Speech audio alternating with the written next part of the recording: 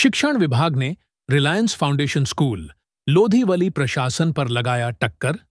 कर्मचारियों को M.I.P.S अधिनियम के अनुसार वेतन देने का आदेश। जिला शिक्षण अधिकारी महारुद्र नाले का निर्णय।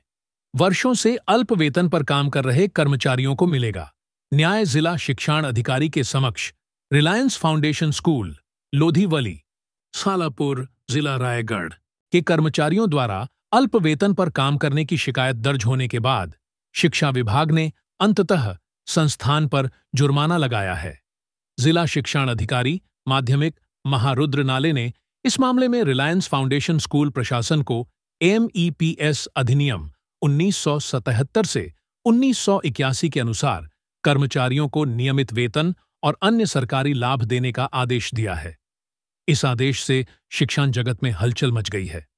पहले JH अंबानी स्कूल के नाम से जाने जाने वाले इस संस्थान का नाम बदलकर रिलायंस फाउंडेशन स्कूल लोधीवली कर दिया गया है। इस स्कूल में कार्यरत कर्मचारियों को पिछले कई वर्षों से MIPS अधिनियम 1977 और 1981 के अनुसार वेतन और सुविधाएं नहीं मिल रही हैं। अमोल सांगले ने इस अन्याय के विरुद्ध 3 मार्च 2025 और 26 जून 2025 को लिखित शिकायत दर्ज कराई थी।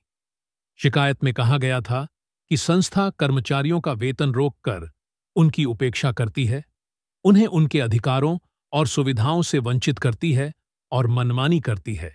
इस मामले में 28 जुलाई 2025 को शिक्षा अधिकारी कार्यालय में दोनों पक्षों की सुनवाई हुई। शिकायतकर्ता की ओर से अधिवक्ता चंद्रकांत बिडकर ने कानूनी मुद्दे प्रस्तुत किए, जबकि शिकायतकर्ताओं ने अपने लिखित बयान प्रस्तुत किए। आरोप लगाया गया कि प्रशासन ने अपने स्वार्थ के लिए कर्मचारियों को उनके कानूनी अधिकारों से वंचित किया, वरिष्ठ अधिकारियों को गलत जानकारी दी और अन्याय किया। पूरे मामले की कानूनी जांच करने के बाद जिला शिक्षा अधिकारी महारुद्र नाले ने स्कूल प्रशासन को MIPS अधिनियम 1977-1981 के अनुसार कर्मचारियों को वेतन और सभी सुविधाएं देने के स्पष्ट आदेश दिए हैं। साथ ही यह भी माना जा रहा है कि सरकार इस मामले में स्कूल को दी गई मान्यता रद्द करने पर विचार कर रही है। इस आदेश से रिलायंस फाउंडेशन स्कूल लोधीवली समेत कई निजी शिक्षण संस्थानों में हड़कंप मच गया है। इस फैसले से यह उम्मीद जताई जा रही है कि वर्षों से कम वेतन पर काम कर रहे कर्मचारियों को आखिरकार न्याय मिलेगा। शिक्षक अब यह उम्मीद जता रहे हैं कि शिक्षा क्षेत्र में कामगारों के अधिकारों को लागू किया जाए और निजी संस्थानों के प्रबंधन की मनमानी बंद हो। रिलायंस फाउंडेशन स्कूल लोधीवली के मामले में जिला शिक्षा अधिकारी का यह फैसला सिर्फ एक स्कूल तक सीमित नहीं रहेगा, बल्कि रायगढ़ जिले के सभी निजी शिक्षण संस्थानों के लिए एक चेतावनी होगी।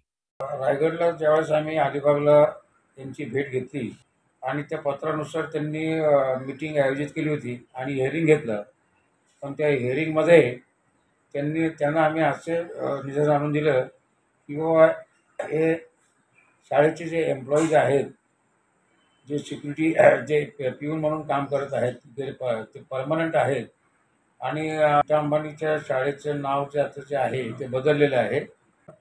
हा जो कायदा जो आहे Maharashtra employees of private schools condition service revision act 77 and rules of 1981 हे ह्या शाळेला लागू होते। या शाळेला जरी ग्रँट मिळत नसल्या तरीसुद्धा या शाळेला हा कायदा लागू झाल्यामुळं त्यांना म्हणजे सर्व एम्प्लॉईजला शिक्षक टीचर असो किंवा क्लास 4 असो किंवा क्लास 3 या सर्वांना Maharashtra employees of private schools condition of service revision act प्रमाणेच पगार द्यावे लागतील। पगार देणं त्यांना बंधनकारक आहे। जर त्यांनी पगार वगैरे दिले नाही आणि गव्हर्नमेंटचं जर नियमाचं पालन केलं नाही तर त्यांची शाळेची मान्यतासुद्धा सरकार काढून घेऊ शकते। म्हणून आमचं शिक्षणाधिकाऱ्यांना असं सांगणं होतं की ही शाळा जी आहे ती प्रायमरी सेकंडरी अशी मिळून आहे आणि म्हणून हे जे एम्प्लॉईज काम करत आहेत ते नुसते प्रायमरी नसून सेकंडरीमध्ये सुद्धा काम करत आहेत आणि आज जवळजवळ त्यांच्या सर्व्हिसेस ह्या परमनंट झालेल्या आहेत. आज ते जवळजवळ 25-30 वर्षामध्ये कंटिन्यूची सेवा करत आहेत. म्हणून त्यांना एम-बी-बी-एस ॲक्टच्या कायद्याप्रमाणे रूल 36 प्रमाणे सुद्धा त्यांना म्हणजे कमी करता येत नाही आणि त्यांनी ह्या संस्थेमध्ये शाळेमध्ये एम्प्लॉई म्हणून आहे आणि एम्प्लॉईच्या व्याख्यामध्ये एनी एम्प्लॉई असतो म्हणून त्या डेप्युटीजमध्ये सगळे बसतात आणि म्हणून जे काही पूर्वीच्या साहेबांनी जे काही इंटरप्रिटेशन जे दाखल केलं ते चुकीचं आहे. म्हणून आम्ही या अ, अ, 8 एम्प्लॉईच्या वतीने उच्च न्यायालयामध्ये याचिका दाखल केली. ह्या याचिका आता प्रलंबित आहेत.